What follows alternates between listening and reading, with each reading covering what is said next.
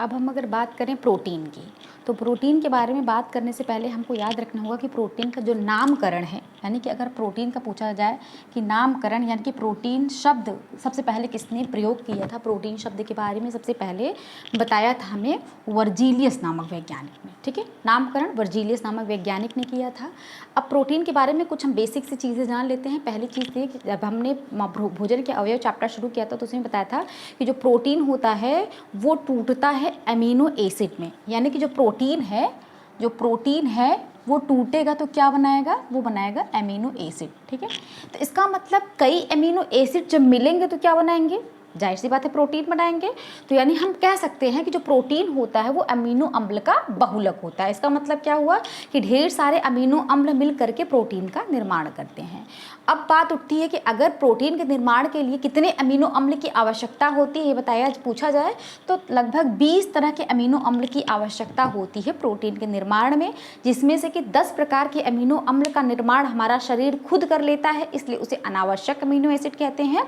और 10 प्रकार के अमीनो एसिड की पूर्ति हम अपने भोज्य पदार्थों से करते हैं, जिसे हम आवश्यक अमीनो अम्ल कहते हैं। ठीक है, अब बात कर लें प्रोटीन के कैलोरी मान की, तो जो प्रोटीन का कैलोरी मान होता है वो होता है 5.65 किलो कैलोरी पर ग्राम। इसका मतलब क्या हुआ कि अगर हम 1 ग्राम प्रोटीन का सेवन करते हैं तो हमको 5.65 किलो कैलोरी प्रोटीन की प्राप्ति होती, मतलब 5.65 किलो कैलोरी ऊर्जा हमें मिलेगी। ठीक है, अब अगर हम प्रोटीन के कार्य की बात कर ले तो प्रोटीन का मेन कार्य हम सबको पता है, बचपन से पढ़ते आ रहे हैं। प्रोटीन का मेन काम होता है हमारे शरीर की मरम्मत करना, यानी अगर हमको कहीं चोट लग जाती है तो नई टिश्यूज़ जो बनते हैं, या फिर हमारी हाइट बढ़ रही है तो लगातार हमारी हाइट बढ़ी तो वहाँ पर भी तो कोशिका विभाजन हो रहा है, नए टिश्यूज़ बन रहे हैं, तो वहाँ पर भी हमारा मेन जो है पार्टिसिपेशन किसका होता है, प्रोटीन का होता है। तो कार्य अगर बात करें तो हमारे शरीर की वृद्धि और विकास में सहायता करता है। हमारा शरीर जो लगातार वृद्धि और विकास कर रहा है, नई कोशिकाएँ बन रही हैं, या फिर कोई कोशिकाओं में कोई डैमेज हो गया, टूट फूट गई कोई कोशिकाएं, कोई टिश्यूज़ में कोई प्रॉब्लम आ गई, तो उसे नया बनाना और नई कोशिकाओं का निर्माण करना, यह हम कह सकते हैं कि हमारी जो टूटी फूटी कोशिकाएं हैं उनके मरम्मत में ये सहायता करता है।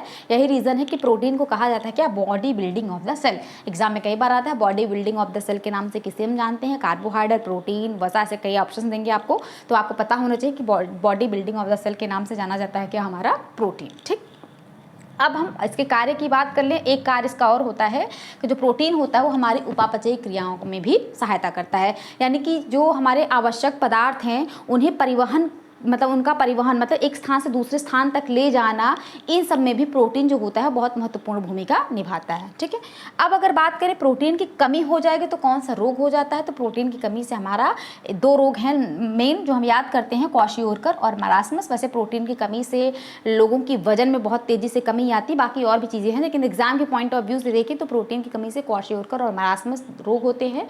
अब ये क्वाशियोरकर क्या है, मरासमस क्या है, इनके क्या लक्षण है, ये जब हम पढ़ेंगे मानव रोग तो हम बहुत डिटेल्स इसके बारे में पढ़ेंगे। फिलहाल हमको इतना जानना है कि प्रोटीन की कमी से क्वाशियोरकर और मरासमस नामक रोग हो जाता है, जो कि लगभग बचपन में ही, लगभग 14-15 साल तक की उम्र में बच्चों में देखा जाता है। अगर हम स्रोत की बात करें तो अगर हम प्रोटीन की कमी से तो रोग समझ में आ गया, लेकिन अधिकता हो जाएगी तो क्या रोग हो जाएगा, तो प्रोटीन की अधिकता से याद रखिएगा गठिया रोग और वृक्क रोग और मोटापा। ठीक, मेन गठिया रोग और वृक्क रोग बहुत मेन होते हैं, एग्जाम में आ सकता है कि गठिया रोग और वृक्क रोग कौन से भोजन के अवयव की अधिकता का कारण हो सकता है, तो हमारे अंदर अगर प्रोटीन की अधिकता हो गई है तो गठिया रोग और वृक्क रोग होने के चांसेस बढ़ जाते हैं। ठीक, अगर हम स्रोत की बात करें तो प्रोटीन का स्रोत होता है सोयाबीन, पनीर, अंकुरित गेहूँ, अंडा, मांस, मछली, ये सब हमारे स्रोत है किसके, प्रोटीन के, इनसे अच्छे खासा हमको प्रोटीन मिल सकता है। अब अगर हम बात करें प्रोटीन के वर्गीकरण की, तो प्रोटीन का वर्गीकरण 2 आधार पर किया जाता है। एक तो होता है आकृति के आधार पर, दूसरा होता है संरचना के आधार पर। फाइब्रस प्रोटीन मतलब एक धागेनुमा संरचना, एक के बाद दूसरा मतलब एक पॉलीपेप्टाइड श्रृंखला इसे बढ़ती चली जाती है, तो एक धागेनुमा संरचना जो होती है उसे हम फाइब्रस प्रोटीन कहते हैं। इसके उदाहरण अगर पूछा जाए, इसके उदाहरण बताओ, तो इसके उदाहरण है कैरोटीन, जो कि हमको कैरोटीन हमारे नाखून में होता है, हमारे बालों में जो प्रोटीन होता है प्रोटीन, उसे हम कैरोटीन कहते हैं। तो जो कैरोटीन होता है वो हमारे बाल में, नाखून में होता है, वो कैरोटीन प्रोटीन है, जो कि धागेनुमा प्रोटीन होता है। मायोसिन जो हमारी मांसपेशियों में होता है, ठीक है, हमारे मांसपेशियों में पाए जाने वाले प्रोटीन को हम मायोसिन कहते हैं। कोलाजन जो कि हमारी हड्डियों में होता है। तो मतलब ये सारे प्रोटीन उदाहरण है किसके, फाइब्रस प्रोटीन के। एग्जाम में आ सकता है कोलाजन, मायोसिन, कैरोटीन, या फिर इनकी उपस्थिति पूछ सकता है कि कैरोटीन कहाँ होता है, तो बालों में और नाखूनों में, मायोसिन मांसपेशियों में, कोलाजन हमारी हड्डियों में। इस तरह से प्रोटीन हुए हैं और ये किस प्रकार प्रकार के प्रोटीन है तो फाइब्रस प्रोटीन है। दूसरा है ग्लोब्यूलर प्रोटीन। ग्लोब्यूलर प्रोटीन की अगर हम बात करें तो इसके उदाहरण है पेप्सिन। पेप्सिन के बारे में आपने आहार नाल में जब आप पाचन पढ़ रहे थे तो पाचन में आपने बहुत अच्छे से पढ़ा है कि पेप्सिन का क्या काम होता है, इंसुलिन का क्या काम होता है, एंटीबॉडीज़ क्या होती हैं। तो पेप्सिन, इंसुलिन, एंटीबॉडीज़ ये भी एक प्रकार के प्रोटीन है। और किस प्रकार के प्रोटीन है? ग्लोब्यूलर प्रोटीन है। ठीक है।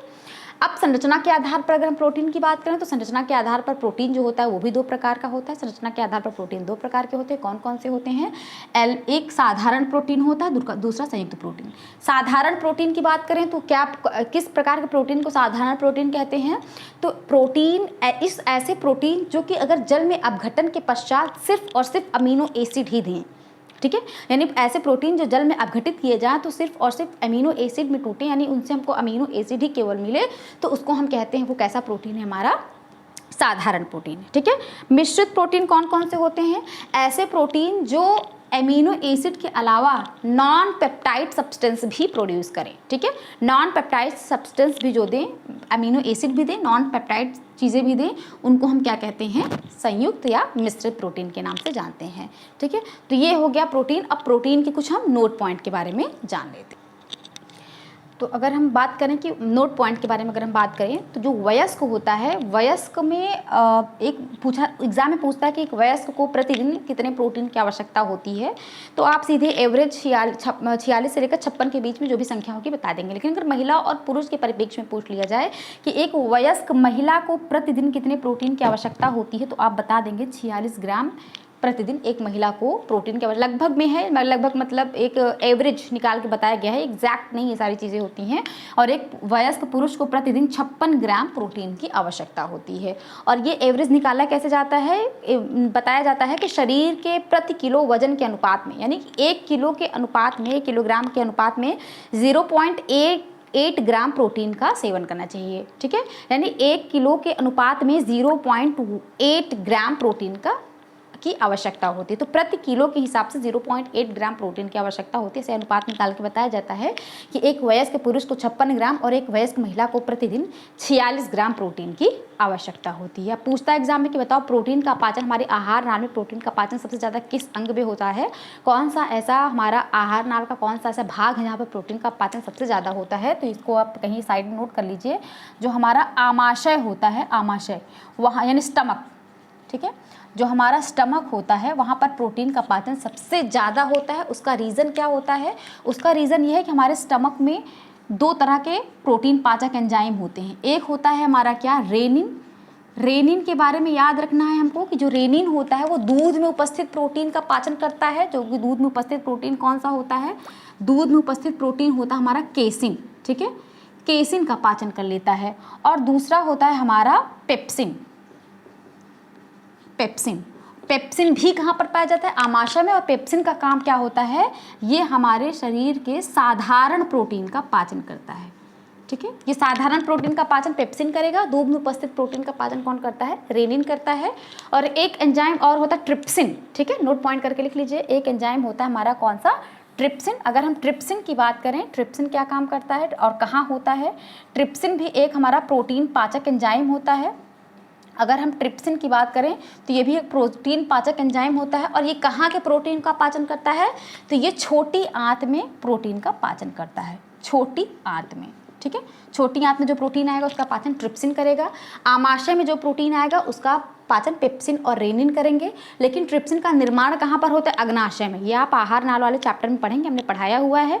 आहार नाल चैप्टर में आपने पढ़ा कि अग्नाशय में ट्रिप्सिन का निर्माण होता है और छोटी आंत में उस ट्रिप्सिन को भेज दिया जाता है। मतलब अग्नाशय में ट्रिप्सिन जो होता है वो बनता है, यानी निर्माण ट्रिप्सिन का अग्नाशय में होगा। लेकिन क्योंकि अग्नाशय में भोजन नहीं जाता है, भोजन तो छोटी आंत में आ रहा है, तो अग्नाशय में ट्रिप्सिन को बना करके उस ट्रिप्सिन को भेज दिया जाता है कहाँ पर? छोटी आंत में। अब छोटी आंत में जो भी भोजन आया है उसमें उपस्थित जो प्रोटीन, उसका पाचन कौन करेगा? हमारा ट्रिप्सिन करेगा। ठीक है, तो इतनी बातें हो गई प्रोटीन के बारे में कि प्रोटीन का पाचन सबसे ज़्यादा कहाँ होता है या प्रोटीन का पाचन कहाँ कहाँ पर होता है। तो सबसे ज़्यादा पाचन हमारे आमाशय में होता है, क्योंकि आमाशय में 2 तरह के प्रोटीन होते हैं। एक होता है हमारा पेप्सिन, एक होता है रेनिन।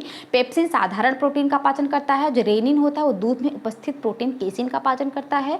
और प्रोटीन का अगला पाचन कहाँ पर होता है, हमारा छोटी आंत में होता है, और छोटी आंत में प्रोटीन का पाचन हमारा ट्रिप्सिन करता है। जिस ट्रिप्सिन का निर्माण कहाँ पर होता है, अग्नाशय में होता है, लेकिन ट्रिप्सिन जो होता है वो अपना काम कहाँ पर आकर करता है, छोटी आंत में आकर करता है। इतनी बातें हमने पढ़ ली है। अब अगली चीज़ें कुछ है नॉर्मल सी चीज़ें, जैसे कि अगर पूछा जाए हार्मोन्स या एंजाइम, हार्मोन्स एंजाइम की बात करें तो हार्मोन्स और एंजाइम ये दोनों भी एक तरीके के प्रोटीन होते हैं। कुछ हार्मोन्स कुछ एंजाइम ऐसे होते हैं जो प्रोटीन की तरह बिहेवियर करते हैं, इसलिए इनको प्रोटीन की हम कैटेगरी में रख देते हैं। लेकिन याद रखना सभी प्रोटीन नहीं होते हैं, जितने प्रोटीन हैं वो सारे के सारे प्रोटीन एंजाइम या हार्मोन्स नहीं होते हैं। कुछ एंजाइम या कुछ प्रोटीन ऐसे, कुछ एंजाइम या कुछ हार्मोन्स ऐसे हैं जो प्रोटीन की जैसे काम करते हैं। ठीक है, सारे हार्मोन्स या सारे एंजाइम प्रोटीन नहीं होते हैं। कुछ एंजाइम या कुछ हार्मोन्स ऐसे होते हैं जो प्रोटीन के जैसे बिहेवियर करते हैं। या फिर एग्जाम कभी आ जाए कि हार्मोन्स किसके जैसा बिहेवियर करता है या हार्मोन्स का व्यवहार कौन से भोजन के अवयव की तरह होता है, तो हार्मोन्स या एंजाइम दोनों में से किसी का भी आ जाए तो हार्मोन्स हो गया हमारा एंजाइम हो गया, ये भी किसके जैसे व्यवहार करते हैं। कभी कभी कुछ हार्मोन्स कुछ एंजाइम हमारे जो होते हैं वो प्रोटीन के जैसे व्यवहार करते हैं, इसलिए उनको हम प्रोटीन की कैटेगरी में रखते हैं। अब प्रोटीन के बारे में आपका कंप्लीट नोट्स है। मुझे नहीं लगता कि इससे आगे या इसके अलावा भी प्रोटीन से कोई क्वेश्चन बन सकता है। इतना प्रोटीन के बारे में अगर आप लोग पूरी तरीके से तैयार कर लीजिए तो इतना पर्याप्त होता है। जैसे प्रोटीन के बारे में कुछ चीज़ें अभी आप वैसे अस्थि उपास्थि वाला चैप्टर आएगा तो उसमें पढ़ेंगे। जैसे कि अगर आपसे पूछ लिया जाए उपास्थियों का निर्माण किस प्रकार के प्रोटीन से होता है, तो उपास्थियों का निर्माण कॉन्ड्रिन, एक प्रोटीन होता है कॉन्ड्रिन। ठीक है, जगह तो नहीं है लेकिन आप लिख लीजिए यहाँ पर उपास्थियों का निर्माण लिख लीजिए ऐसे। उपास्थियों का निर्माण जो होता है वो कॉन्ड्रिन नामक प्रोटीन से होता है और अस्थियों का निर्माण ऑसिन नामक प्रोटीन से होता है। ठीक है, तो कॉन्ड्रिन और ऑसिन दो तरह के ऐसे प्रोटीन होते हैं। कॉन्ड्रिन से उपास्थियों का और ऑसिन से अस्थियों का निर्माण होता है, तो इसलिए उपास्थियों के अध्ययन को कॉन्ड्रियोलॉजी कहा जाता है और अस्थियों के अध्ययन को हम ऑस्टियोलॉजी कहते हैं, क्योंकि इनका निर्माण इसी तरह के प्रोटीन से हुआ रहता है। ठीक है, तो ये आपको प्रोटीन के बारे में कंप्लीट नॉलेज हो गई। अगर आपको ये नॉलेज अच्छी लग रही है, हेल्पफुल लग रही है, तो कृपया अनुष्ठान क्लासेस चैनल को सब्सक्राइब जरूर करें। धन्यवाद।